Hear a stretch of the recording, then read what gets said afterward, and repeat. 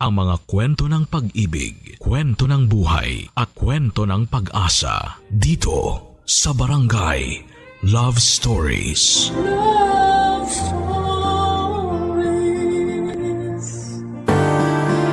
Pag mahal natin ang isang tao ay hindi tayo gagawa ng isang bagay na makasasakit sa kanila. Aalagaan natin sila at gagawin natin ang lahat upang tuparin ang ating mga pinangako. Ikaw, kabarangay, paano mo na ipapakita ang pagmamahal mo sa iyong karelasyon? Dear Papa Dudut, may mga pag-ibig talaga sa buhay ng tao na dumarating sa isang pambihirang pagkakataon. Yun bang hindi natin hinahanap o inaasahan, ngunit gumagawa ang kapalaran ng paraan upang ating matagpuan. Yan ang eksaktong karanasan ko sa buhay nang makilala ko si Nico. At yun din ang rason kaya ako napasulat sa inyong programa na Barangay Love Stories. Pero bago po ako magpatuloy sa paglalahad ng aking istorya, ay magpapakilala muna ako sa mga kabarangay po natin. Ako nga pala si Mariela, 34 years old at taga Quezon City. Nagtatrabaho ako bilang branch personnel sa isang kilalang pawn shop at matagal na akong nangangarap na makapagpadala ng sulat sa inyong istasyon. Magsisimula ang lahat 3 years ago, kung kailan ay okay na ako. Ready na akong tumandang dalaga at ang mantra ko sa buhay ay hindi ko kailangan ng lalaki.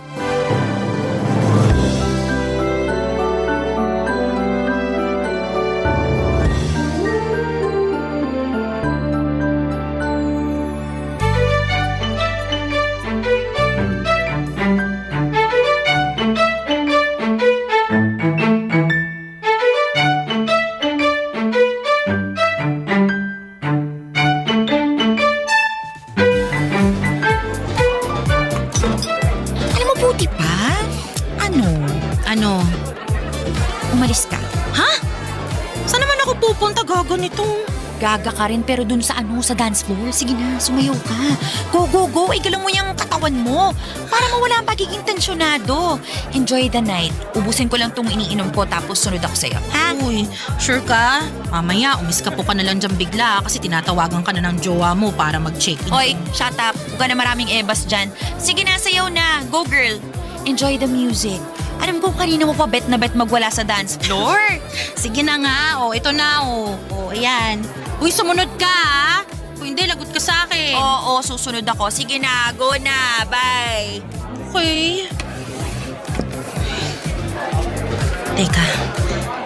Okay na siguro tong pwesto ko, no? Sakto, ang ganda ng music. Nakakaganda sa bayan. Ay! Naku, pasensya ka na, miss. Halika, tulungan na kitang tumayo. Akin na yung kamay mo, alalayan na kita. Salamat. Nasaktan ka ba? Hindi naman, pero nagulat lang ako. Pasensya na ulit ha, matao kasi kaya hindi kita napansin. By the way, ako nga pala si Nico. Ikaw, anong pangalan mo? Ha? Ay, sabi ko, anong pangalan mo? Ako nga pala si Nico. Ako nga pala yung future girlfriend mo. Ano? I mean, Mariela. Mariela ang pangalan ko. Nice to meet you, Mariela.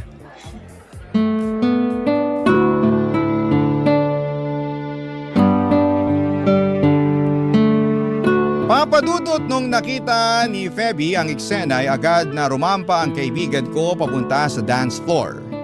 Hindi para sumayaw kundi para pasimple akong itulak at bungguin papalapit kay Nico. Good catch na raw kasi ito, guwapings at mabango. Kung todo iwas naman akong madikit sa lalaki na noong ko pa lamang nakilala kesyo natatakot ako na baka meron itong kasamang girlfriend na nasa paligid at pag nakita kami ay bigla na lamang akong sabunutan at iskandaluhin. Pero sa awa naman ng Diyos ay wala naman. Bago kami naghiwalay ni Nico ay kinuha niya ang number ko at tinext ako. Doon na nagsimula ang aming komunikasyon. Foreigner si Nico pero lumaki siya sa Pilipinas kaya marunong siyang magtagalog. Masasabi ko na gwapo, matangkad, makisig at malakas ang apil niya. Hindi nagtagal ay niyaya niya akong lumabas para makipag-date. Tapos ay nasundan pa yon ng marami pang date hanggang sa nagtapat na siya ng pag-ibig niya sa akin. Nung naging kami, masasabi ko na isa yon sa mga pinakamasayang sandali ng buhay ko.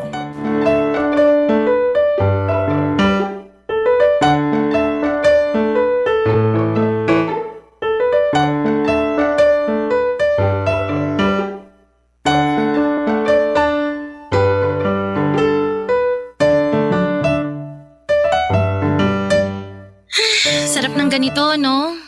Hmm? Yung magkasama lang tayo rito sa apartment ko. Nakahiga ka sa lap ko habang nanonood tayo ng paborito nating movie. Ganun.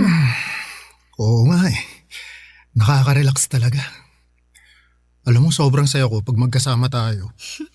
Ako rin naman. Tsaka kahit na nakakaisang taon na tayo, pakiramdam ko kahapon lang tayo nagkakilala. Talaga? Paano mo nasabi? Paano ba? Yung intensity, yung dating ng mga feelings ko kapag kasama kita, katulad pa rin nung nararamdaman ko nung unang beses na nagkakilala tayo. Nung nabunggo kita sa dance floor? Oo. Alam mo, ang totoo, kahit na nasaktan ako ng slight dun sa pagkakaumpog ko kinilig naman ako kasi gwapo-gwapo mo. Kahit kailan napakabulera nitong girlfriend ko. Uy, hindi kaya yun bola. Alam ko naman. Siyempre, nagbibiro lang ako. Pero, ako rin naman. Ano yan?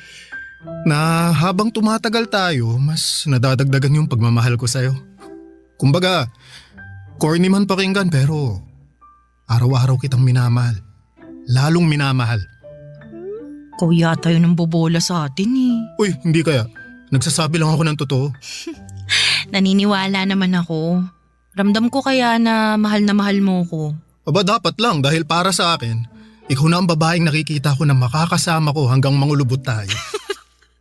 Grabe naman yung mangulubot. Pero kailan mo ko planong ipakilala sa pamilya mo? Ha? Paano naman napunta dyan yung usapan? Wala lang. Natanong ko lang kasi kung ako na yung babae na nakita mo na makakasama mo hanggang mangulubot tayo, ibig sabihin may plano ka ng pakasalan ako, tama? Tama. Pero bago tayo magpakasal, kailangan muna nating hingi ng approval ng mga magulang natin, di ba? Okay ka na sa pamilya ko, approve ka na kina mama at papa, pati sa mga kapatid ko. Sama mo na yung mga alaga naming aso at pusa, di ba? Pero ako ba? Tingin mo, approve kaya ako sa parents mo? Tingin ko naman, oo. Kahit na pinay ako? Pero baka magbago pang mga isip nila pag nakilala nila ako. Kaya sana ipakilala mo na ako sa kanila. Paano naman may panahon pa sila para magustuhan ako? Plano ko naman talaga yun, babe. Pero dumidiskarte pa ako Naniniwala naman ako na magugustuhan ka nila. Na ikaw ang makakapagpabago ng puso na nakatali na sa tradisyon namin. Pero babe, kailan nga? Kailan mo ko planong ipakilala sa kanila? Ayokong mangako pero gagawin ko ng paraan. Babe, may tiwala ka naman sa akin, di ba? Oo naman, meron. Siyempre, boyfriend kita. Yun, kaunting tiis na lang muna, babe. Makakatsyempo rin ako, okay? Ang mahalaga, magkasama tayo ngayon.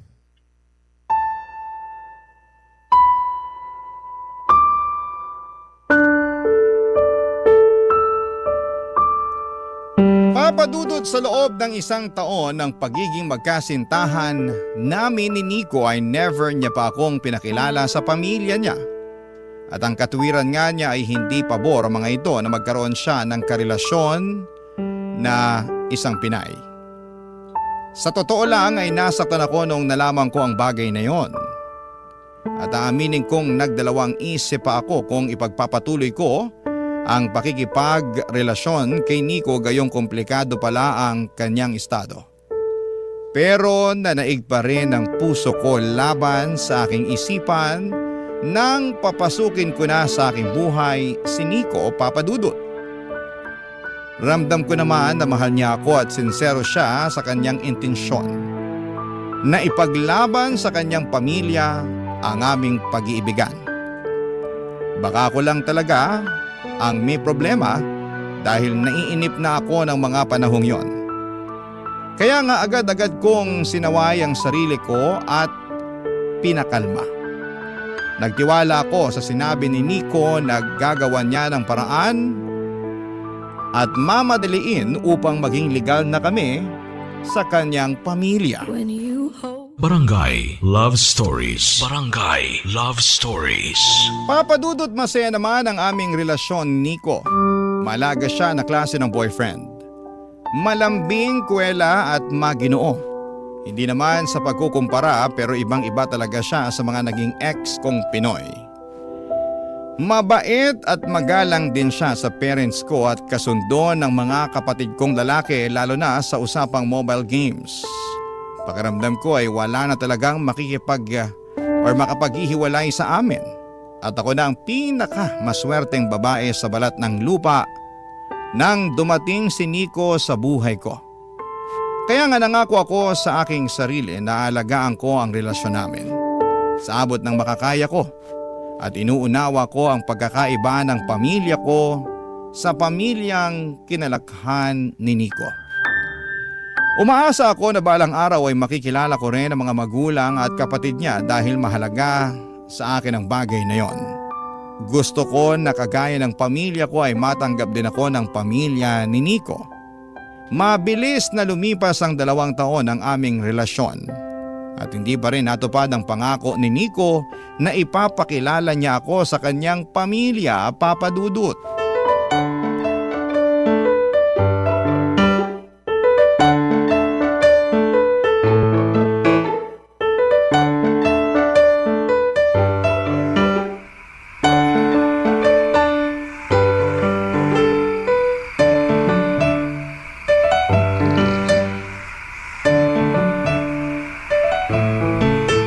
Pwede pa naman siguro tayong mag-celebrate, di ba?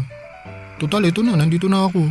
Babe, ano pang isa-celebrate natin? Itapos na yung birthday mo. Alauna na kaya ng madaling araw. Mariela naman eh.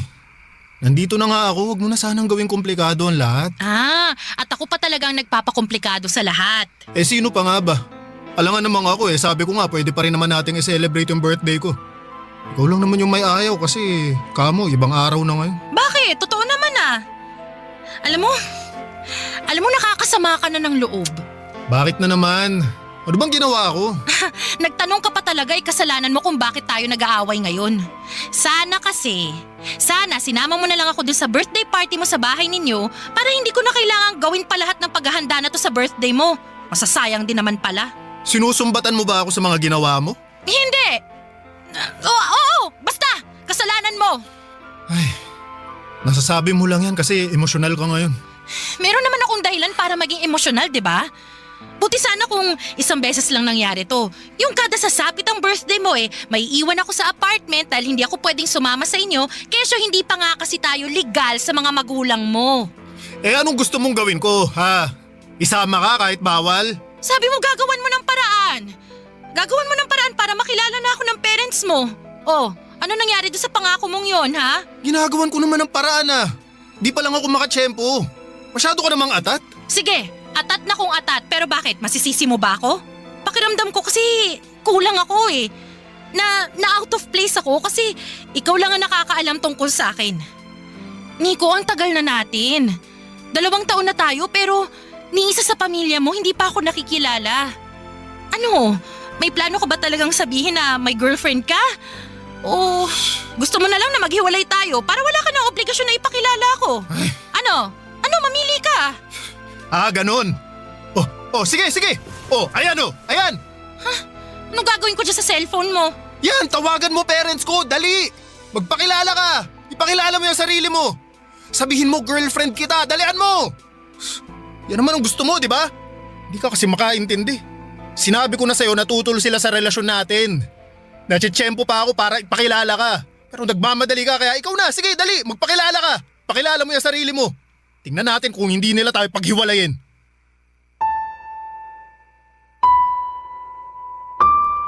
Papadudot, sumama talaga ng husto ang loob ko kay Nico. Lalo't nakita ko na parang binabaliwala niya ang nararamdaman ko. Isama niyo na rin ang effort ko sa paghahanda para sa kanyang kaarawan at paghihintay na dumating siya. Oo, hindi naman niya hiningi o sinabi na maghanda ako, pero gusto ko ngang gawing espesyal ang pagse-celebrate namin ang araw ng kapanganakan niya. Na-realize ko tuloy na kahit na ano palang haba ng pasensya at pag-iintindi mo, kahit na sinubukan mo ng lawakan ang isipan mo ay darating ka pa rin sa punto na mapapagod ka na lamang at muling maiinip. Tingin ko kasi walang usad, walang progreso ang pangako ni Nico sa akin na ipapakilala na niya ako sa kanyang pamilya. Hindi niyo ako masisisi at feeling ko kasi ay hindi ako nag-i-exist sa buhay ng boyfriend ko. Lalo na nga at walang kahit na sino sa mga kamag-anak niya ang nakakaalam tungkol sa akin.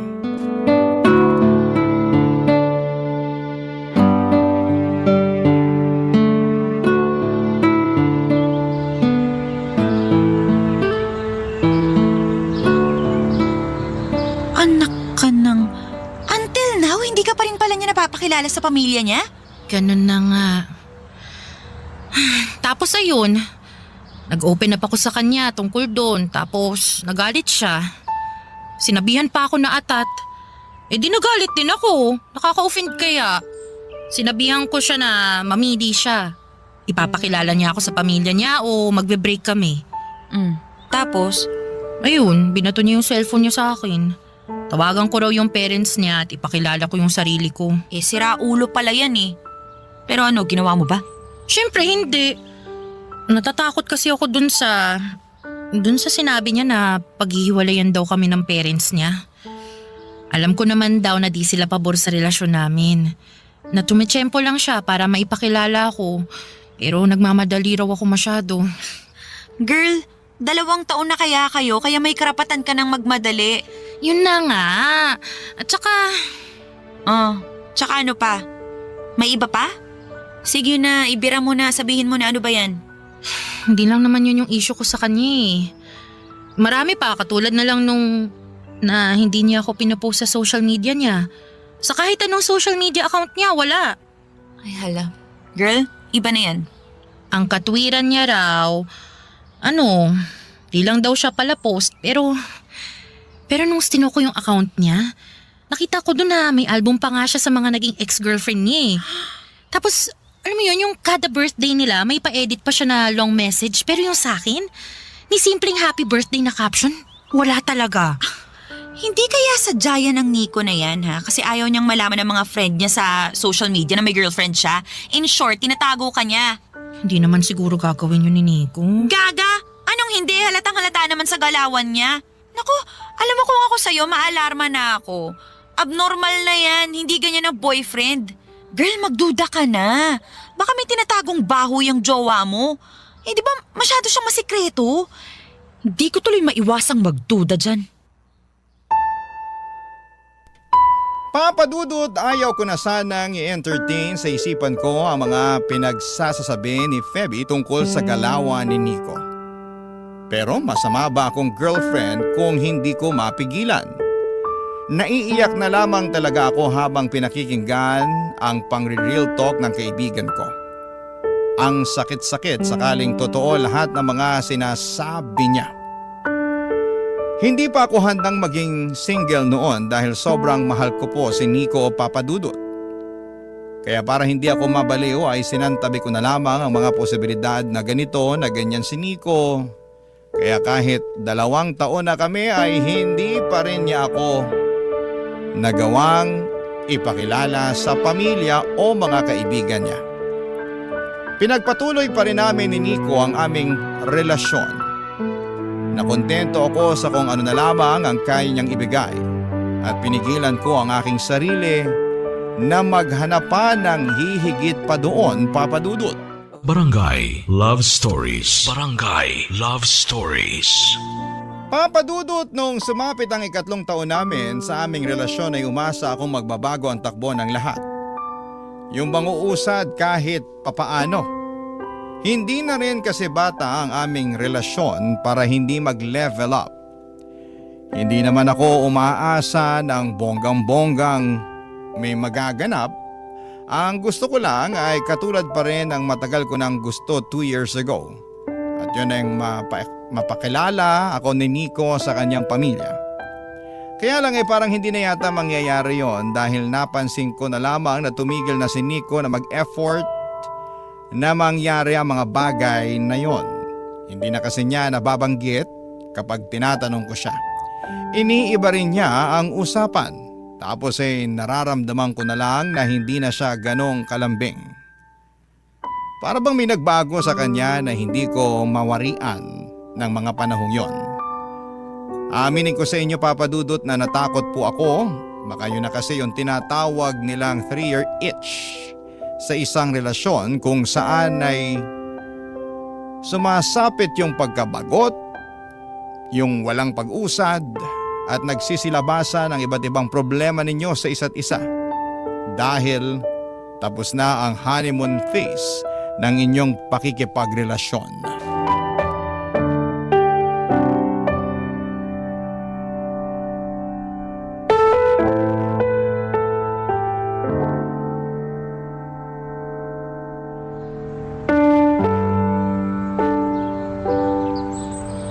Babe, pwede ba tayong mag-usap?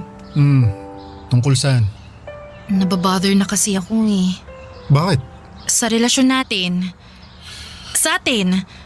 Nababother na talaga ako. Ano na naman bang problema? Ayan! Anong ayan? Ako? Ako yung problema? Hindi. Oo. Ano ba talaga, Mariela? Hindi ka naman dating ganyan eh. Yung madaling uminit ang ulo. Pero ngayon parang kahit ano na lang ang gawin ko. Kahit ano na lang yung sabihin ko nakaangil ka na kagad sa akin.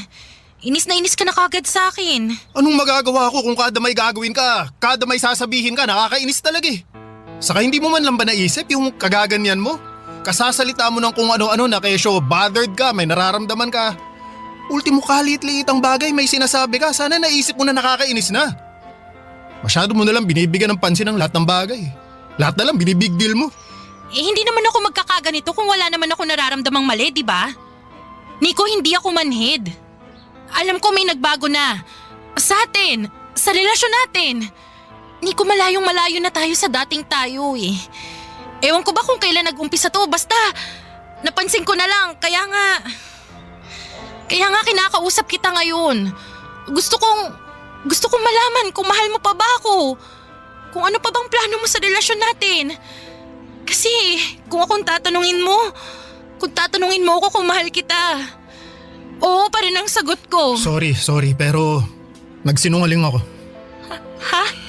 Nagsinungaling ako sa'yo nung sinabi ko na ikaw na yung babaeng nakikita ko na makakasama ko sa pagtanda. Kasi mukhang hindi na mangyayari yun. Hindi ko na matutupad yung pangako ko sa'yo na pakakasalan ka dahil kailangan na nating maghiwalay. Ha? Ano bang pinagsasasabi mo? Mabigat sa akin na gawin ang bagay na to pero wala akong magawa. Naiipit ako sa sitwasyon na wala akong kawala eh. Nico, alam mo hindi ito yung panahon para bigyan mo ako ng bugtong. Bakit hindi mo na lang ako diretsuhin, ha? Bakit ka bigla makikipaghiwalay? Mariela, pinagkasundo ako ng pamilya ko sa ibang babae. Ano? At kailangan kong magpakasal kasi kahilingan yun ng mama ko na may sakit sa puso. Gusto niya na bago siya mawala, makita niya akong kinakasal. At pumayag ka naman. Wala nga akong magawa at wala rin akong kawala, di ba? Tradisyon na yan ng pamilya ko. Ayoko namang biguin ng mama ko. Ayoko na hanggang hukay madismaya siya sa akin. Ayokong isumpa niya ako kasi sinuway ko yung utos niya kaya Kaya pasensya ka na, Mariela. Papadudot, sobrang sama ng loob ko nang sabihin sa akin ni Nico ang bagay na yon. Pinaasa lamang niya ako at sinayang ang oras ko. Buong akala ko ay siya na talaga ang lalaking makakasama kong tumanda, ngunit bigla na lamang naglaho na parang bula sa kawalan ng pangako niyang yon. Ang sakit-sakit din na malamang ikakasal na siya sa iba at hindi po sa akin. Wala na ako nagawa kundi ang umiyak na parang wala ng bukas nang makipaghiwalay sa akin si Nico. Para akong masisiraan ng ulo ng mga panahong yon. Nung iwan ako sa bahay ng ex ko na walang lingon-lingon ay halos hindi ko kayanin. Kaya agad kong tinawagan si Feby para damayan ako. To the rescue naman ang kaibigan ko at agad akong pinuntahan sa apartment para samahang humagulhol at magalit sa dati kong kasintahan. Isang linggo ang mabilis na lumipas at hindi pa rin ako okay. 3 araw din akong nag-leave sa trabaho para magmukmok. Pero dahil hindi naman ako mayaman, kinailangan ko nang pumasok para kumayod. Buti na lamang at nandyan si Feby, lagi niya akong nililibang at dinedistract para hindi ko maisip na broken-hearted ako. Tuwing weekend ay nakaugalian na naming gumala at sumubok ng mga bagong restaurant sa QC at isang araw ay nakita ko na lang si Nico na papalabas sa isang motel. May kasama po siyang babae na mukhang walker ayon sa kaibigan ko. Tapos ay ganoon na lamang ang gulat namin nang makita naming nakipaghalikan pa si Nico sa naturang babae bago niya ito pinasakay ng tricycle.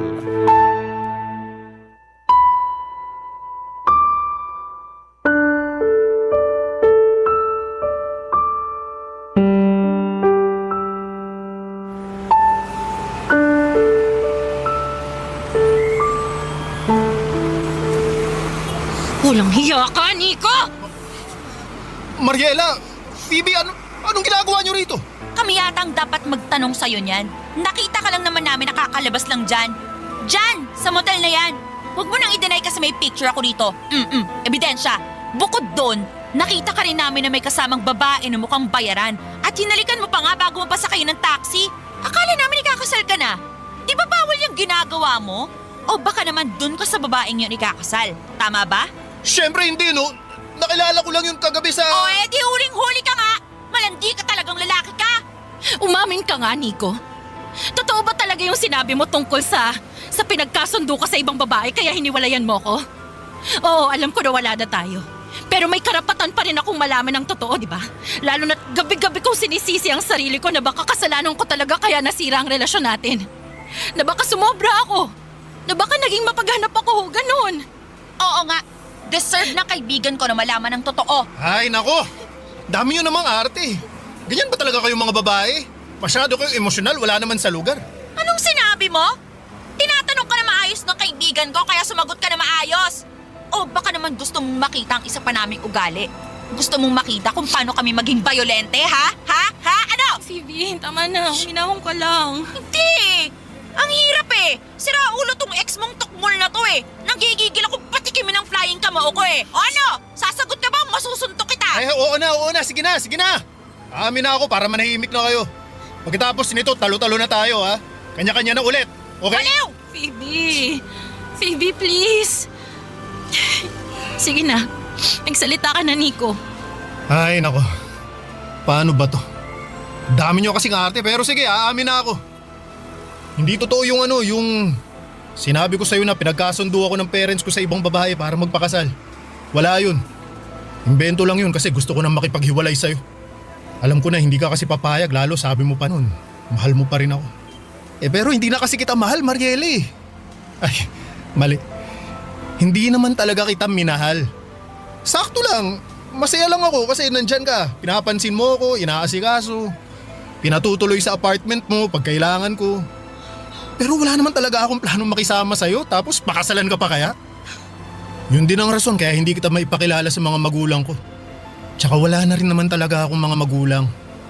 Ulila na ako simula pagkabata at saka wala rin akong mga Eh, sino yung ano? Sino yung mga nasa picture na pinakita mo sa akin na sabi mo pamilya mo? Wala yun, kinuha ko lang yun sa internet. Hindi ko naman nakalain na mapapaniwala ka. Na mauuto kita kaya sinakyan ko na lang. Pinangatawanan ko na lang. Walang yakap pala talaga eh! Ha? Aray ko! Aray! Ang kapal na mukha mo! Uy! Ano ba? Kapal na mukha mo! Sakta na kaibigan ko! Loko to? Phoebe, tama na. Hindi! Anong tama na? Kulang pa nga yun sa mag-asawang sampal na binigay ko sa siraulong yan dahil sa ginawa niya sa'yo. Hoy, Nico! Ang kapal naman ang mukha mo na paglaruan ng damdamin ng kaibigan ko? Eh, para ko na yung kapatid tapos sasaktan mo lang? Ha? Napakalandi mong lalaki ka, kapal mo! Tama si Phoebe! Napakalandi mo! Napakasama mo man, loloko ka, manggagamit ka! Buti na lang talaga naghiwalay na tayo! Buti na lang nawala ka sa buhay ko kasi salot ka! Makarma ka sana, Nico! Napaka-abusado mo!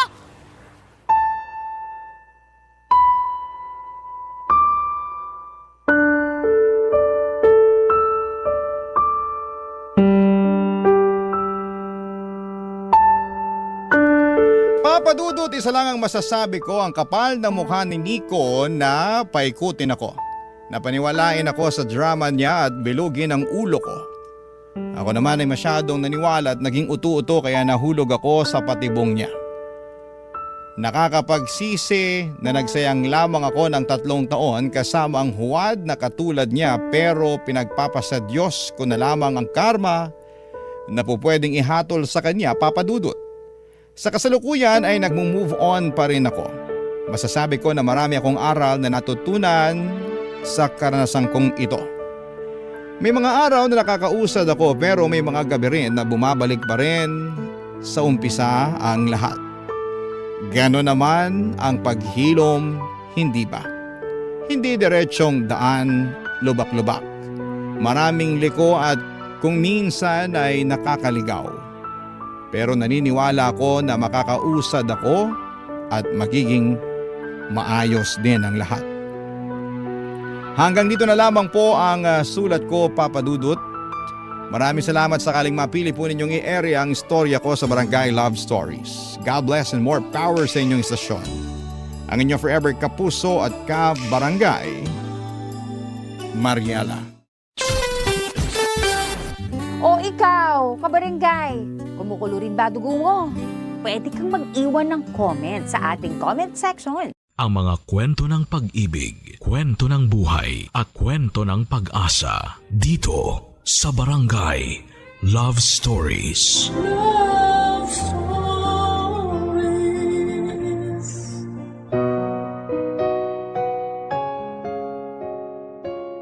Pinagtatagpo ang mga taong nag-iibigan sa iba't ibang paraan. Sabi nila ay tadhana raw ang gumagawa ng paraan para makilala natin ang taong itinakda para sa atin. Ngunit hindi tadhana ang magbibigay ng perpektong pag-ibig, kundi ito lamang ang maghahatid sa atin sa taong kaya tayong mahalin kahit na hindi tayo perpekto. Sa kwentong pinadala ng sender natin ngayong araw, sa anong paraan kaya niya makikilala ang taong magpapatibok ng puso niya? Pakinggan ang kwento ni Raya dito sa mga kwento ng pag-ibig, buhay at pag-asa sa nangungunang Barangay Love Stories. Dear Papa Dudut, mapagpalang araw sa iyo, Papa Dudut, dahil may mga kakilala na rin po ako nagpadala ng liham sa Barangay LS ay naisipan ko rin pong sumulat para ibahagi ang love story ko. Raya nga po pala ang pangalan ko pero nickname ko lamang po talaga ito. Nanggaling po ako sa isang broken family.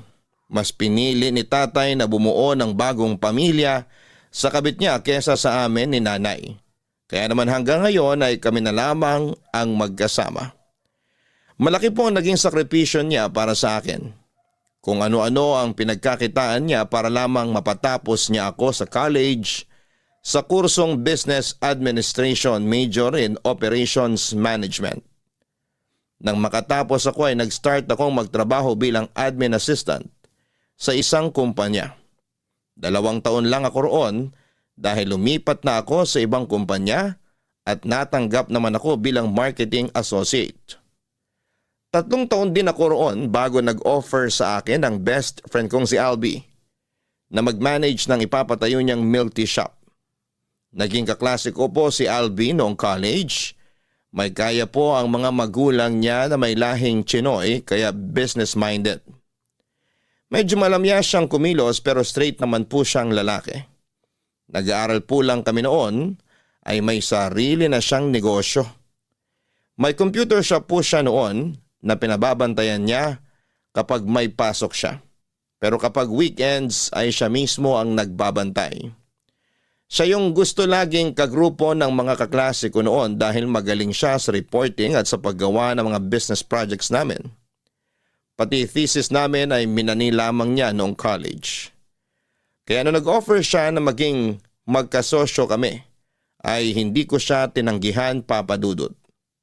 Hindi ko naman po kailangan maglabas ng pera, industrial partner po ako kumbaga. Hindi ko na lang po babanggitin kung paano yung hatian namin. Pero napakalaking tulong niya po talaga noon sa amin ng nanay ko. Nakaipon ako paunti-unti hanggang sa maipaayos ko na yung bahay namin. Tumaas ang sales namin noong pandemic, kumuha kami ng 2 staff sa milk tea shop para may katulong na ako roon. Pero dahil sa pagiging busy ko noon ay hindi ko na nabigyan ng pansin ang love life ko.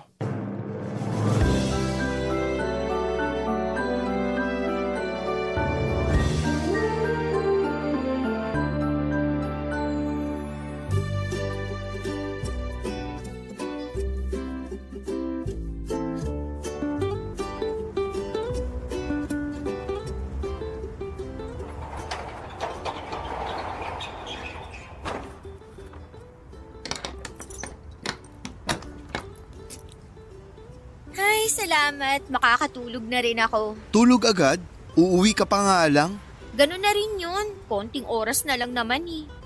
Ikaw, ba't nandito ka? Nagtanong pa to. Siyempre, 2 tayong may-ari nitong milk tea shop. Gusto ko lang bisitahin kapag may libreng oras pa ako. Huwag kang mag-alala. Hindi ko naman pababayaan to, no? May sinabi ba ako? Wala. Wala naman pala eh. Halika na, ihatid na kita sa inyo. Bakit ba kasi sinusundo mo pa ako? Kaya ko naman mag-commute pa uwi. Sasakay ka o kakalbuin ako ni tita? Takot ka pala kay mama eh. Siyempre naman, hinabilin ka niya sa akin. Anong hinabilin? Hoy, hindi pa namamaalam nanay ko ah. Kumain ka na ba? Mukhang gutom ka eh. Pangit mong kausap, parang tanga. Eh, ba't ang sungit mo? Wala, halika na, sumakay ka na. Eto na nga, boss. Sasakay na.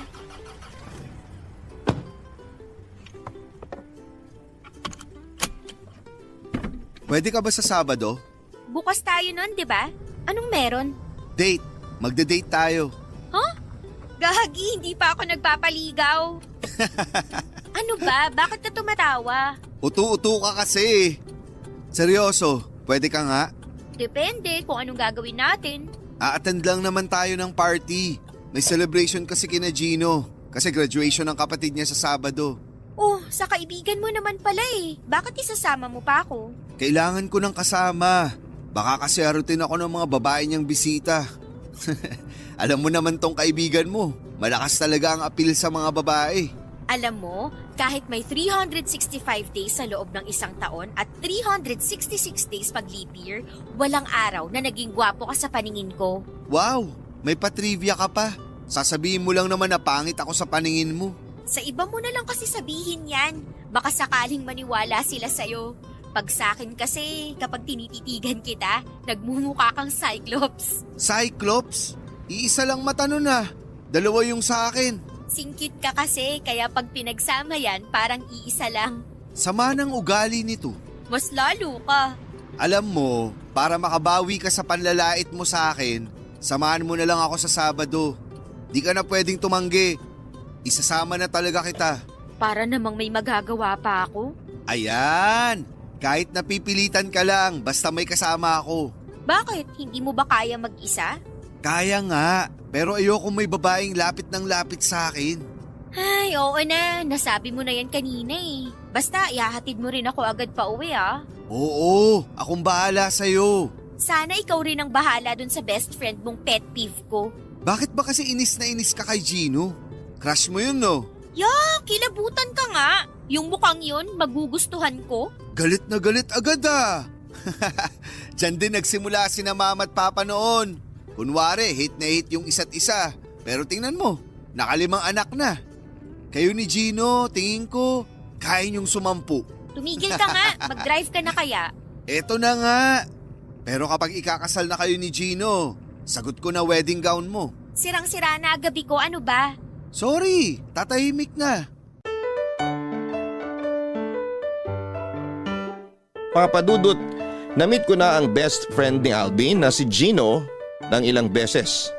Pero hindi ko talaga gusto ang pagiging feeling close niya at pangaasar sa akin tuwing nagkikita kami. Sobrang pet peeve ko talaga siya. Parang ginagaya niya kasi si Albi. Hindi po ako magaling mag-explain pero sa mga hindi po nakakaalam kung ano yung pet peeve, yun po yung something na kinakainisan ng isang tao. At sa case ko po ay si Gino yon. Yung mukha niya, yung boses niya at lahat po ng ginagawa niya ay kinakainisan ko ng sobra. Okay naman siya sa itsura. Hindi naman po siya masasabing pangit. Maputi po siya, chubby at matangkad din. Mga 5'11 po ang height niya at may pagka-chinito rin. Chef si Gino sa isang Chinese restaurant. Kaya mahilig siya sa mga pagkain. Siya ang madalas na nagluluto tuwing may handaan sa kanila o sa mga malalapit niyang kaibigan. Mabait naman po siya pero saksakan lang ng pagka-playboy. Nakaka-turn off yung ganon para sa akin. Parang naging standard ko na po kasi noon sa mga lalaki yung pagiging loyal or committed nila sa partner nila. Ang kaso, nakakatawa man pong isipin pero para talaga kaming mga batang nag-aaway noong time na yon. Kahit na anong gawin namin ay hindi talaga kami nagkakasundo. Pinipilit ko siyang iwasan at hindi kausapin pero dahil kay Albi ay napipilitan akong harapin siya. At para makasurvive ako, sa mga oras na kasama ko siya ay nagpapanggap na lamang ako na parang hindi ko siya nakikita. Ay, salamat. Makakauwi na rin. Sus! Para namang hindi ka nag-enjoy sa party. Medyo lang. Ganyan pala kapag medyo nag-enjoy lang, nagbabalot ng mga handa. Uy, grabe ka naman. Konti lang kaya tong nilagay ko sa bag ko. Grabe. Wala ba kayong ulam sa bahay nyo? Ang sasarap kasi ng mga ulam. Saka inalok din naman nung nagpahanda, no? Kaya kumuha na ako. Masama raw tumanggi sa grasya. Ang sabihin mo, makapal lang talaga mukha mo. Hoy, sumusobra ka na ha? Gusto mo magka-design mukha mo, Albi? Uy, Pauwi na ba kayo? Gino, kanina ka pa dyan? Oo, at narinig ko yung usapan nyo. Kaya bago kayo lumabas ng gate, i-check ko muna yung bag nitong kasama mo. Ano? Hoy, wala naman ako ninakaw sa loob ah. Huwag na maraming dada, akin na yung bag mo. Hindi pwede, no? May mga personal akong gamit dito na hindi mo pwedeng makita. Saka, kailan ka pa nag-shift ng career? Hindi yata kami na-inform. Hindi ka naman police o security guard para i-check yung bag ko bago umalis. Kamag-anak ako nung nagpa-party. At hindi ko pwedeng isawalang bahala na lang kapag may nakita akong kahinahinala. Parang alam ko na to. Uuwi na kami. Tara na nga, Albi. Yung bag mo, i-check ko lang tapos pwede na kayong umalis. Ayoko! Ay nako, alam kong mamaya pa kayo matatapos sa bardagulan nyo. Exit na muna ako. Raya, sa kotse na muna ako. Hintayin na lang kita doon. Teka, hindi mo man lang ba ako tutulungan dito? Baka nga si Gino pa mangailangan ng tulong eh. Sige na, punta na ako sa parking. O ayan, umalis na si Albi. Akin na bag mo. Titingnan ko lang kung anong laman. Bitawan mo yung bag ko! Sabi na eh, ang dami mong binalot na ulam. Naka-plastic pa lahat ha. Patago mo bang binalot mga to? Excuse me, inalok ako ng tita mo, no? Kaya kada alok nagbabalot ka? Wala ba kayong ulam? Meron, pero gusto ko lang mag-uwi. Bakit ba? Krimen ba yun? Hindi naman. Pero may tanong ako. Masarap ba yung mga ulam kaya ka nagbalot? Malamang, iuuwi ko ba yung mga yan kung hindi masarap? Pero saksakan ka naman ng buwisit. Tingnan mo, kumalat na yung mga ulam, nagsayang ka ng grasya. Ipagbabalot na lang kita ulit. Ilalagay ko pa sa maayos at malinis na food container para presentable naman pag pinatikim mo sa mama mo. Kesa naman nakabalot sa plastic. Para ka lang dumaan sa piyestahan eh. Eh ano naman, mas nakakahiya kung ninakaw ko yung mga yan sa loob. Alam mo, sa'yo na yung mga ulam na binalot ko, isaksak mo sa baga mo. Papadudot na mula ako sa kahihiyan ko ng gabing yon. Bukod kasi sa mga sinabi ni Gino sa akin, ay marami ring nakakita sa nangyari. Pakiramdam ko noon ay para akong patay gutom na naghakot ng pagkain mula sa handaan. At ginawa naman akong katatawanan ni Gino. Hindi ko na pinansin ang pag-aalok niya noon ng pagkain dahil sa kahihiyan. Nagmamadali na akong umuwi para makalayo sa kanya. Tinanong pa ako noon ni Albi kung ano ang nangyari sa pagkatalo namin ni Gino pero hindi ko na siya sinagot pa. Nagpahatid na lamang ako sa bahay namin. Kinabukasan, Papadudot, ay nagulat ako nang may mag-deliver ng pagkain sa akin na naka-address sa milk tea shop. Akala ko noon ay kay Albi galing yon kaya inilagay ko pa sa Facebook stories ko. At kinain kaagad. Nag-chat pa ako noon sa kanya para magpasalamat pero nang mag-reply siya, nalaman kong hindi sa kanya galing ang pagkain kundi kay Gino, kaya sising-sisi ako. Nalaman ko na si Gino pala mismo ang nagluto noon at pinadala talaga sa akin para mag-sorry sa nangyari doon sa party. Pero as someone na mataas ang pride ay hindi ko tinanggap ang sorry niya. Hindi lang yon ang unang beses na nagpa-deliver siya ng pagkain para sa akin. May time pa na siya mismo ang nagdadala sa shop na mas lalong nagpatindi ng iritasyon ko sa kanya. Kaya naisip ko talaga noon na hinding-hindi ko magugustuhan si Gino kahit na ano ang gawin niya. Papadudot, kahit busy ako sa pagmamanage ng milk tea shop ay naglalaan pa rin po ako ng oras para makipag-usap sa mga lalaking nakikilala ko online. Naisip ko kasi noon na baka kapag may nagpapakilig na sa akin ay hindi ko na mararamdaman ang inis ko kay Gino tuwing nakikita ko siya. Pero kahit na umaabot naman sa talking stage ay wala pa rin akong nagugustuhang i-meet sa kanila. Until one time, may nag-text sa akin na unknown number. Nagpakilala siya bilang customer sa milk tea shop. Suki raw namin siya pero ayaw namang sabihin kung ano ang pangalan. Medyo nainis ako noon dahil ayoko talaga ng mga taong pamisterious. Pero noong nanghingi siya ng payo, sa sisimulan niyang negosyo ay na-realize ko na seryoso naman pala siya. Nickname niya lang ang binigay niya sa akin.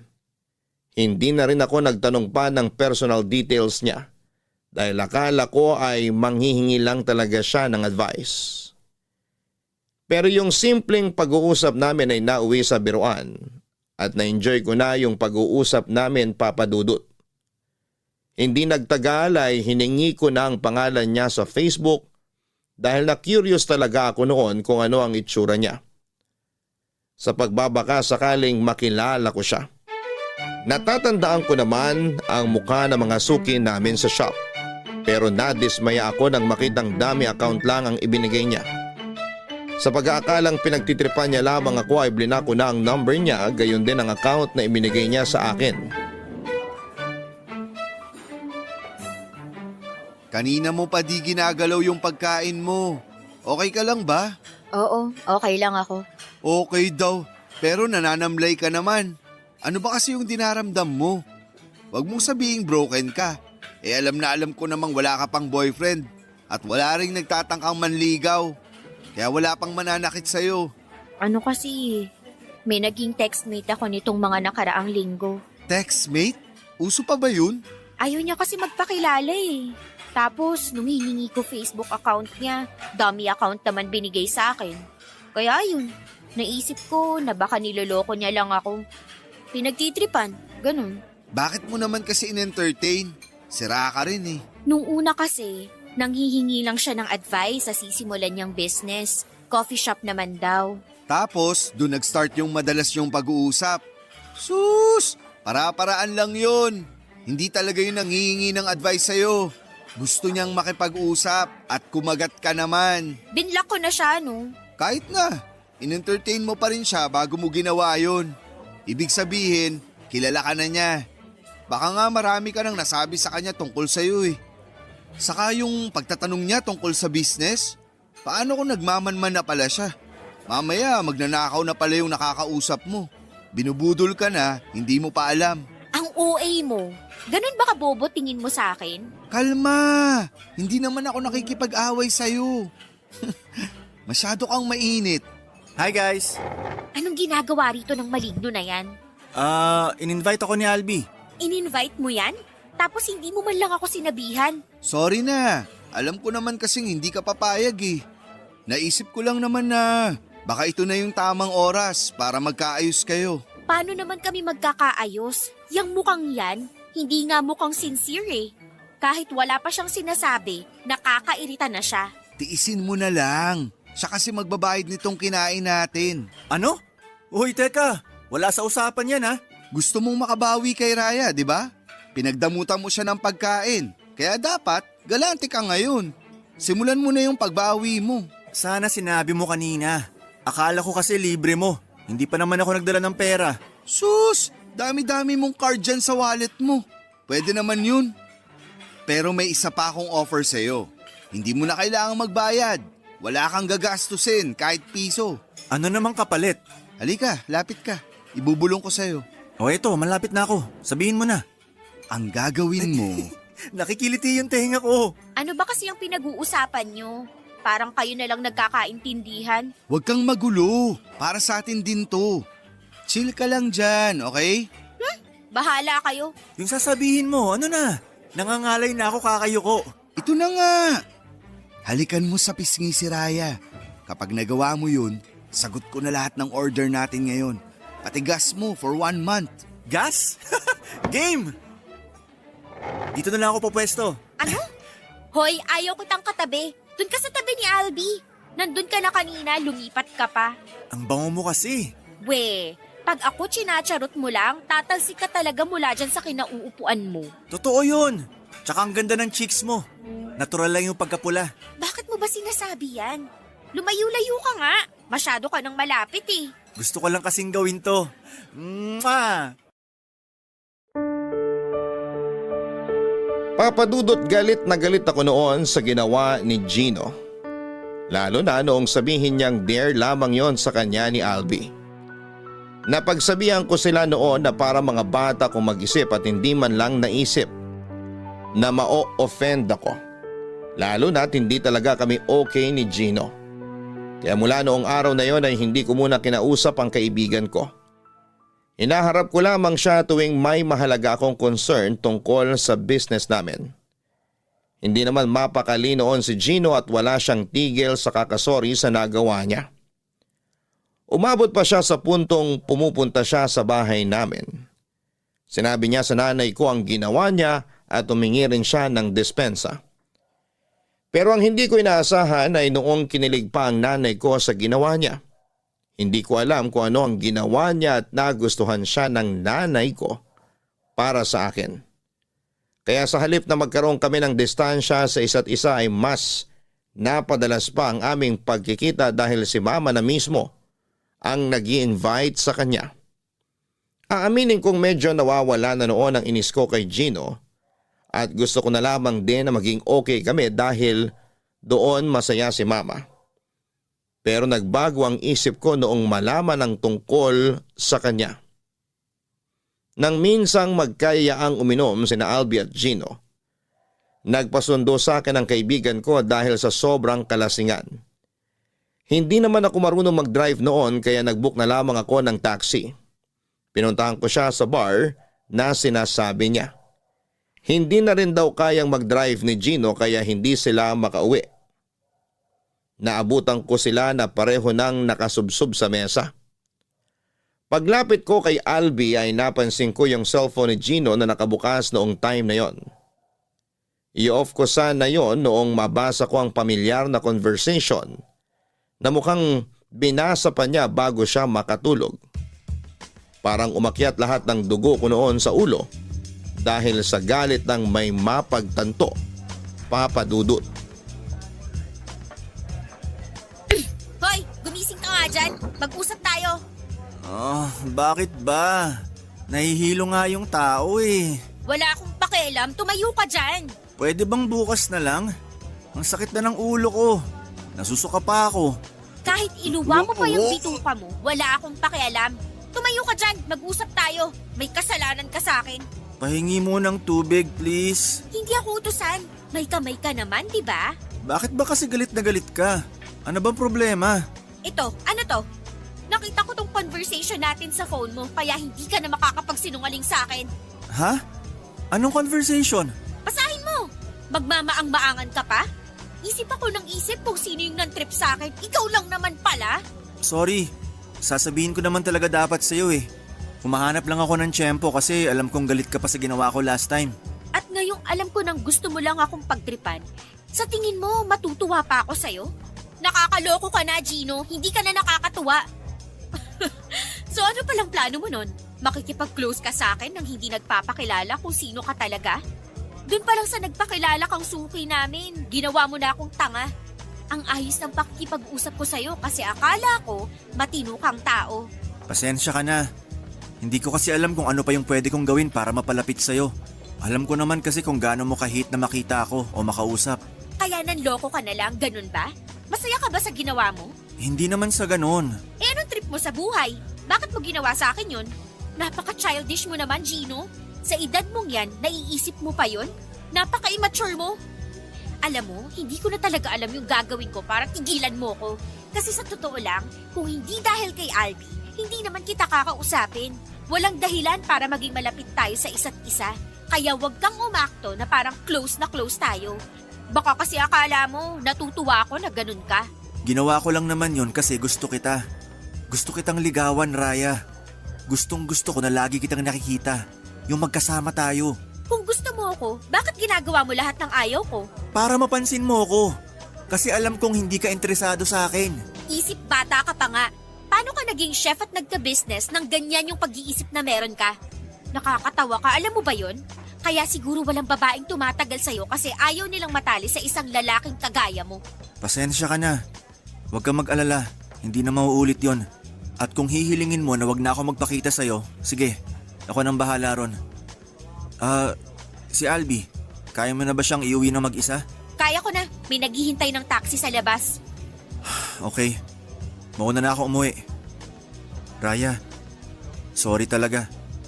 Kung hindi mo kaya mag-drive pa uwi, sumabay ka na lang sa amin. Hindi na, okay lang ako. Ako nang bahala kung paano ako uuwi. Ikaw bahala.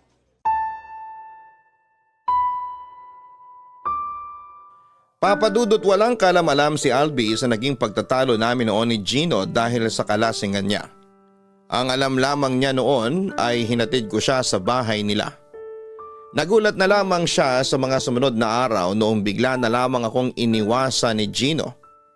Napansin niya yon dahil every Saturday po talaga ng gabi tumatambay si Gino sa shop namin.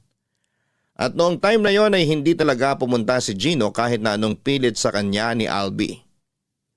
Lumipas po ang ilang araw na umabot na rin ng halos isang buwan, Papa Dudut, na kahit anino ni Gino ay hindi ko talaga nakikita. Hindi na siya pumupunta sa shop at sa bahay namin.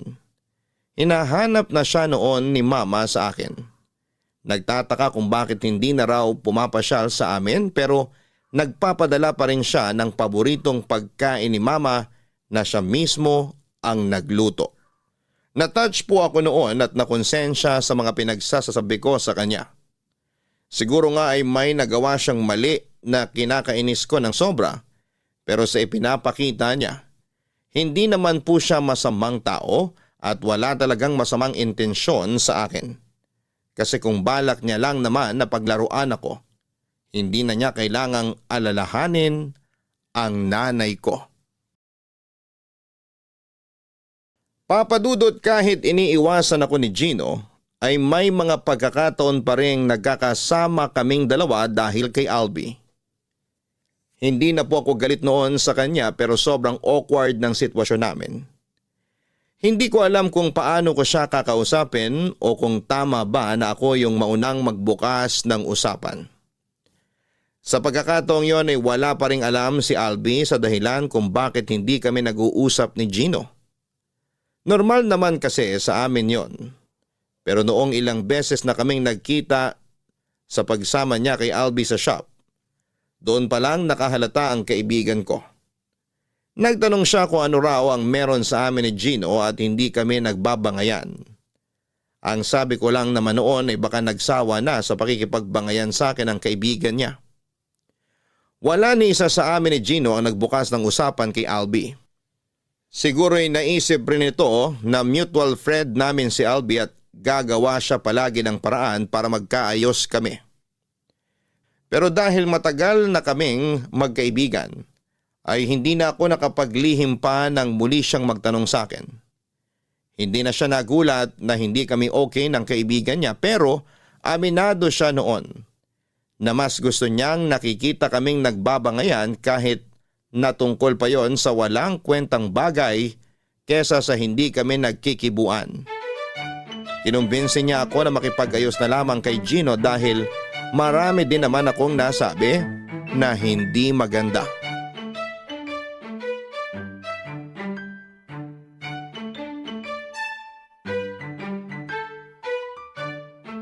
Ginawa talaga ni Gino yun? Sa laki niyang yun, natorpe sa'yo? Ibang klase ka, Raya. Ewan ko. Baka naman kasi trip niya lang talaga akong paglaruan gaya ng ginagawa niya sa mga babaeng dumaan sa kanya. Tingin ko naman hindi. Oo, alam kong palikero siya. Dami kasing nabibiktima ng pagkachinito niya. Pero hindi naman siya aabot sa puntong paglalaruan ka niya. Kasi para sa naman yun? Para magkaroon siya ng katatawanan. Ang childish naman nun. So anong ibig mong sabihin? Gusto niya lang talaga ako at nagpapapansin kaya niya ginagawa yun? Nakuha mo. Yun na yun. Grabe naman. Parang bata pa rin siya sa ideya niyang yun. Ano siya, elementary student na nang aasar ng crush niya para pansinin siya? Alam mo kasi, wala naman sanang masama ron. Kasi hindi lang naman siya yung lalaking gumagamit ng ganong style para mapansin ng babaeng nagugustuhan nila. KJ ka lang. Isip mo kasi pang lola na. Tingnan mo buhok mo, namumuti na rin. Aray! Ganyan ba yung mature? Hilig mong manakit. Bakit kasi kamping-kampi ka sa lalaking yun? Kasi kaibigan ko rin siya. Kaibigan mo rin naman ako Kaya nga, kaya hindi pwedeng sa'yo lang ako kakampi. Lugi naman si Gino. Saka mas galante yun kesa sa'yo. Ganun. Kung saan ka mas makikinabang, dun ka. Di magsama kayong dalawa. Arte talaga ng babaeng to. Alam mo, sa sobrang pikunin mo, wala na talagang magtatangkang manligaw sa'yo. Buti nga, nagkagusto pa sa'yo si Gino. Siya pa nga ata lugi sa'yo tapos choosy ka pa. Paano naman siya naging lugi sa akin? Ang tinutinu ko kaya, kumpara naman sa kanya na ang dami ng naging babae. Maniwala ka man o hindi, matagal na siyang tumigil sa pagpapalit-palit niya ng babae. Paano ka naman nakakasiguro? Nakikita mo ba ginagawa niya 24/7? Kung nakikita ko siya 24/7, kinukwento ko na sana sa'yo kung ilang pack abs niya. Anong abs? Baka tabs. Uy, body shamer! Nagsasabi lang naman ako ng totoo. Wala naman talaga siyang abs Chubby siya pero hindi ko naman nilalait yung pagiging mataba niya. Bagay naman sa kanya yung ganung katawan. Sa madaling salita, nagagwapuhan ka kay Gino. Hindi kaya. Ganyan na ganyan daw lola ko noon. Tapos ang ending, patay na patay kay lolo. Bakit ba lagi mo na lang akong kinukumpara sa lola mo? Magkaiba kami ng ira, okay? Magkaiba nga, kasi nasa ira ka ng marurupok. Wow, para namang ang tibay mo, Albi. Sino na nga yung nagpakalunod sa alak nung iniwan ng girlfriend? Tapos ayaw kumain ng ilang araw? Gusto pa ngang tumalon sa tulay na 3 feet lang naman yung taas Grabe, sana na-record ko lahat yon para may pinagtatawanan ako every time na bumabanat ka ng ganyan. Alam mo minsan, mas maganda kung di ka na lang nagsasalita. Kuwang-kuwa mo pick ako eh. Sino ba nauna? Nagkakaganyan ka lang naman kasi mahal ka na ni Gino. Dapat nga, pa-demure na atake mo ngayon. Kasi may nagkakagusto na sa'yo. Yak! Never ako naging pa-demure, no? Obvious naman. Alam mo, kumain na lang tayo. Order ka na ng lunch natin. Makautos, parang may patabi ah. Eh anong gusto mo? Kumuha ako ng pera sa kaha. May accounting tayo, di ba? So hindi dapat yun binabawasan ng para sa tawag ng katakawan. Ay, oo na. Lecturean ba naman yung may master's degree in business administration? Ang yabang mo talaga. Papadudod sa pag-uusap namin yon ni Albi ay nakwento niya na may babae raw na matagal nang gustong ligawan si Gino. Yun daw ang rason kung bakit tuminto na ito sa pagiging palikero. Nakita raw kasi nito ang mga katangian ng babaeng gugustuhin nitong ipakilala sa magulang sa babaeng itinutukoy ni Albi. Noong nagtanong ako sa kanya ay hindi ko po talaga inaasahan noong sabihin niyang ako yon. Hindi ko alam kung anong nakita sa akin ni Gino para magpakatino ito ng ganon. Mula noong nalaman niya ang dahilan nang iwasan namin ang kaibigan niya, palagi na siyang gumagawa ng paraan para madalas kaming magkasama. Kunwari, iimbitahan niya akong kumain sa labas pero kasama naman pala niya si Gino. Aaminin ko na nahihiya na lang talaga akong mag-sorry kay Gino. Pero gustong gusto ko na siyang makausap. Gusto kong kumpirmahin sa kanya ang mga sinabi ni Albi. Hindi para ipahiya siya o ipamukha na hindi ko siya magugustuhan kahit kailan. Kundi para aminin na na-appreciate ko lahat ng ginagawa niya. Pero parang universe na po talaga ang gumagawa ng paraan noon para magkausap kami. Noong pumunta kami sa birthday ni Albi ay nagkaroon ako ng lakas ng loob na kausapin siya noong medyo nakakainom na ako. Gino. Uy, Gino, pansinin mo naman ako. Bakit ba? Pwede ba akong makisabay? O kaya hatid mo na lang ako sa bahay? Kapal ng mukha ako, no? Sigurado ka? Baka naman lasing ka lang. Oo, medyo nakainom nga ako. Kaya nga, natatakot ako mag-commute. Medyo nahihilo na ako. Baka mapatapat pa ako sa manyak na driver. Tapos, dalhin ako sa ibang lugar kapag nakatulog ako sa biyahe. Hanggang ngayon pala overthinker ka pa rin. Ganun na nga. Pasensya ka na ah. Wala kasi akong ibang malapitan. Si Albi, tulog na sa kalasingan kaya hindi niya na ako mahahatid pa uwi. Hindi ako nagdala ng kotse. Big bike yung dala ko. Kaya mo ba sumakay ron? Oh, kaya ko naman. Sigurado ka? Sabi mo nahihilo ka, di ba? Baka mahulog ka pa. Alam mo, kahit hindi pa ako sumasakay sa big bike mo, nahulog na ako. Pinagsasabi mo. Nahulog na ako sa'yo. Ay, lasing ka na nga. Hindi kita pwedeng isakay sa motor ng ganyan yung estado mo.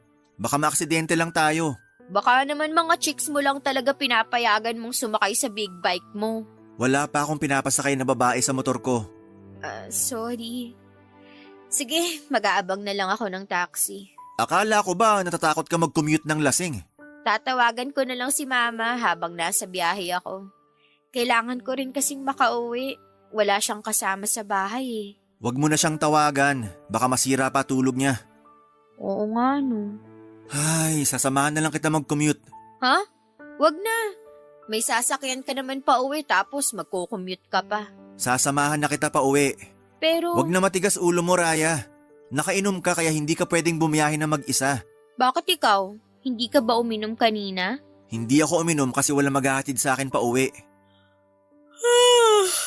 Naantok na ako. Sandali, magbubook na lang ako ng taxi. Mag-abang na lang tayo ng dadaan dito. Sure ka? Oh. Lapit ka konti. Ha? Sumandal ka na lang sa akin habang naghihintay. Inaantok ka na, di ba? Wag na, nakakahiya. Halika na. Hindi mo naman ako kailangang hilahin. Lalapit naman ako eh. Shh. Sumandal ka na lang sa braso ko. Aalalayan na lang kita kapag nakaidlip ka. Thank you ah. Basta wag kang susuka, wala akong dalang extra shirt. Sabi ko nga sa'yo, nahihilo ako. Baka masuka ako sa taxi mamaya. Lunukin mo na lang. Ano? Pigilan mo na lang. Ayoko maglinis ng suka mo. Bakit? Hindi mo pa ba naranasan maglinis ng suka ng mga naging fling mo? Hindi. Sanay silang uminom. Hindi kagaya mo na nagpupumilit uminom kahit hindi naman kaya. Kung ganon, hindi mo gusto yung mga babaeng hindi sanay uminom? Wala akong sinabing ganon. Di ba sabi mo gusto mo ako? Nakainom ka. Tsaka na natin pag-usapan yan. Baka naman joke mo lang yun. Tapos, kaya ayaw mo ko isakay sa big bike mo kasi baka mapagkamalan akong girlfriend mo. Isasakay kita sa motor ko. Pero kapag hindi ka nalasing. Papadudot, medyo nakainom lang naman ako ng gabing yon. Kaya malinaw sa akin kung ano ang mga sinasabi ko kay Gino. At aaminin ko na kilig po talaga ako noon sa mga sagot niya. Kahit naramdam ko pa rin ang lamig ng pakikitungo niya. Nakasandal lang ako sa kanya habang naghihintay kami ng daraang taxi. Mga 10 minutes po kaming nakatayo roon bago kami nakasakay. Ang nakakahiya pa noon, Papa Dudut, ay nakatulog ako sa biyahe nang nakayakap sa braso niya. Pagdating namin sa bahay, nagpaalam pa si Gino kung pwede siyang pumasok at magstay muna roon sandali. Pumayag naman po ako. Pero sa halip na siya yung asikasuhin ko dahil bisita siya roon, ay kabaliktaran pa ang nangyari. Dahil doon ay inabot na siya ng madaling araw sa bahay namin kaya nag-offer na ako na doon na lamang siya matulog. Nagulat po ako noong hindi siya tumanggi, Papa Dudut. Sa sala siya natulog at wala siyang kaarte-arteng umiga sa sofa. Kahit na alam kong hindi siya komportable roon dahil sa height niya. Kinabukasan ay hindi ko po napaghandaan ang panunukso sa amin ni Mama. Akala niya po kasi ay kami na ni Gino. Natawa na lamang po noon si Gino sa mga pinagsasabi ng nanay ko. Samantalang hiyang-hiya naman ako sa kanya. Nang magpaalam na siya para umuwi. Nagchat siya sa akin at sinabing mag-uusap daw kami kapag maayos na ang pakiramdam ko. Papadudod, sinundo ako ni Gino sa bahay namin para sa isang dinner date. Dinala niya pa ako sa Chinese restaurant kung saan siya nagtatrabaho. Nagulat ako noong ipinakilala niya ako sa mga katrabaho niya roon bilang someone special sa buhay niya. Ewan ko ba, Papa Dudut, pero wala po talagang mapaglagyan ang kilig ko ng gabing yon. Doon na rin kami kumain, nagpa-reserve siya ng table para sa aming dalawa sa rooftop ng restaurant. Siya ang nagluto ng mga kinain namin ng gabing yon. At ang mas nakakatuwa pa ay hindi niya nakalimutan yung dadalhin niya para kay Mama. Mula noong mangyari ang dinner date namin ay parang bulang naglaho ang inis na nararamdaman ko para kay Gino. Mula sa pagiging pet peeve, siya na yung naging favorite person ko. Gaya ng dati, walang kaalam-alam si Albi na okay na kaming dalawa. Hindi alam ng kaibigan ko na madalas na kaming nagkikita after ng closing ng milk tea shop. Tinupad ni Gino ang sinabi niya na isasakay niya ako sa motor niya. Hindi pa namin napag-uusapan ang tungkol sa nararamdaman namin sa isa't isa pero sa tingin ko noon ay nanliligaw na siya. Akala ko po noon ay hindi ko mararanasan yung ganong treatment mula sa isang lalaki. Nang mas nakilala ko siya, saka ko lang nakita yung maturity na hindi ko nakikita sa kanya noon dahil sa inis ko sa kanya. Ibang-iba siya sa Gino na lagi kong kabangayan sa harapan ni Albi. Sa pagkakataong yun ay siya na yung Gino na walang ibang ginawa kundi ang pakiligin ako, Papa Dudut.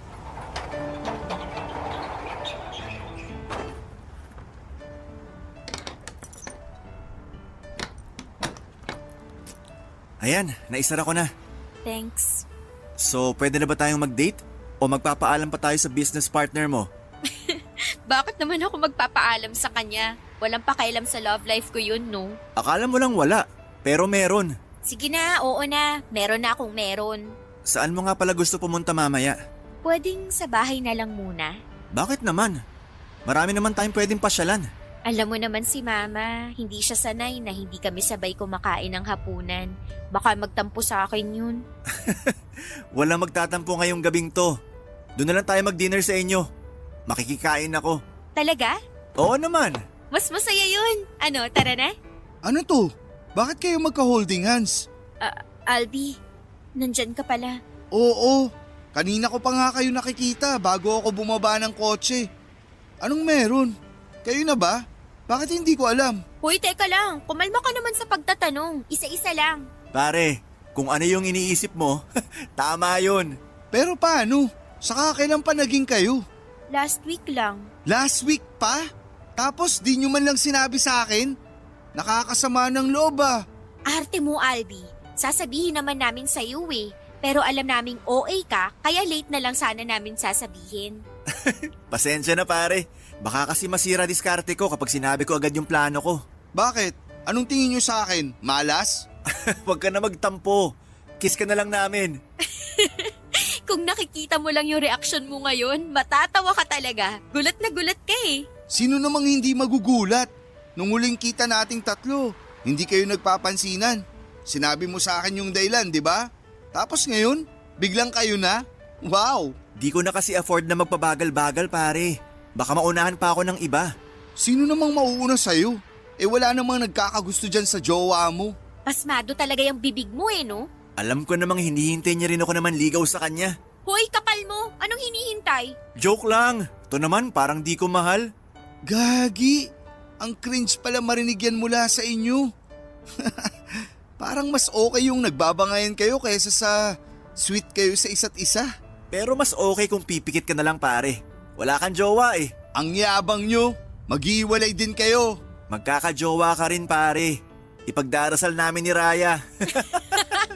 Huwag ka kasing babanat nang magbabackfire din sa'yo. Isa ka pa, kinilig ka lang, nagbago ka na.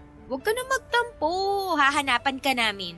Hindi pa ako ganun ka-hopeless para magpahanap. Arte mo. Hayaan mo na yan si Albi. Mas masaya siya mamboso ng mga babae sa club.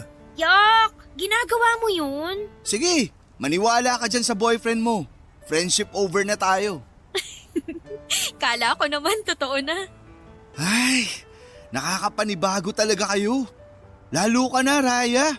Parang hindi pa ako sanay na makita kang isa ng ganap na ina. Ina agad?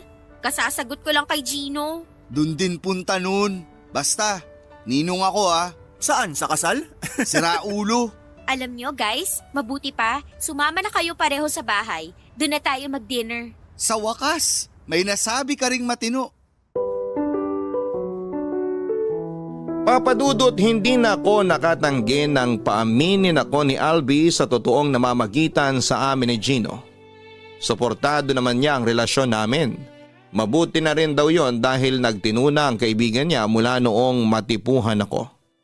May mga kakilala ako na nagsasabing nangihinayang sila dahil akala nila ay kami talaga ni Albi ang magkakatuluyan. Bagay daw kasi kami. Pero ang sagot ko naman lagi sa kanila, hindi talaga lumalampas sa pagkakaibigan ang namamagitan sa aming dalawa. Hindi ko po alam kung uso rin yung platonic friendship sa iba, pero ganon yung meron kami ni Albi. Nung ipinakilala ko na si Gino kay Mama bilang boyfriend ko ay nakuha namin ang buong buo ang basbas niya. Botong-boto siya kay Gino, parang nakikita niya raw po kasi sa boyfriend ko si Papa noong binata pa. Makulit at palabiro, pero gentleman at malambot ang puso. Medyo nanibago po ako noong mga unang buwan namin ni Gino, pero sa katagalan ay nasanay na rin ako at unti-unti nang nag-sink in sa akin na boyfriend ko talaga siya. Ang naging problema lang namin noon ay yung dating naging fling ni Gino na nakakita sa amin habang nagde-date. Akala noong babae ay single pa siya, kaya harap-harapan siya nitong nilandi. Muntik na kaming mag-iskandalo sa restaurant na kinakainan namin. Mabuti na lamang napigilan ako ni Gino at sinabi kaagad doon sa babae na may karelasyon na siya at ako yon. Blooming ka ngayon ah. Ay talaga, thank you. Pero mandirigma pa rin amoy ng kilikili sa tanghali. Dagdag mo pa yung utot mong parang ulam na nabulok ng isang buwan. Hoy, ang kapal mo ah. Regular yung pagdumi ko. Baka sarili mo na yung naaamoy mo. Nakakalimutan mo yatang yung bibig malapit sa ilong. Ay, wag mo nang itanggi. Tayo lang naman yung nandito. Ewan ko sa'yo. Nilulubos ko lang pangaasar ko sa'yo kasi mamimiss kita. Huh? Bakit mo naman ako mamimiss? Aalis ka ba? Siyempre may boyfriend ka na. Kailangan na nating mag-set ng limitation sa isa't isa. Bilang respeto kay Gino. Hoy, ang OA mo. Hindi naman nagsiselo sa atin yun. Saka alam naman yung magkaibigan na tayo dati pa. Alam ko. Pero mas maganda pa rin yung ako na mismo ang magkukusa. Hindi naman kita lalayuan. Medyo babawasan lang yung harutan. Lalo na kapag kasama natin siya. Kahit naman hindi siya nagsasabi, imposibleng hindi nakakaramdam ng selos yun kahit konti. Grabe ah, hindi ako sanay na ganyan ka kaseryoso. Feeling ko ibang Albi yung kausap ko. Andiyan na pala siya. Ano kaya yung dala niya? Oh, ano nangyari sa inyo? Tahimik nyo ah. Nagmisa ba naman tong kaibigan mo? Uy, kaibigan mo rin ako. Naging kayo lang ni Gino, parang iba na trato mo sa akin ah. Feeling ka talaga no? Tama na yan. Eto, ice cream na lang binili ko. Saan ka bumili? Diyan lang sa tindahan sa malapit. Tinamad na ako lumayo eh. Naghahanap nga ako na nagtitinda ng kwek-kwek kaso wala naman. Kay Albi nga pala yung vanilla. Sa'yo yung cookies and cream. Aba, alam na alam mo na favorite flavor ko ha? Pwede ba namang hindi?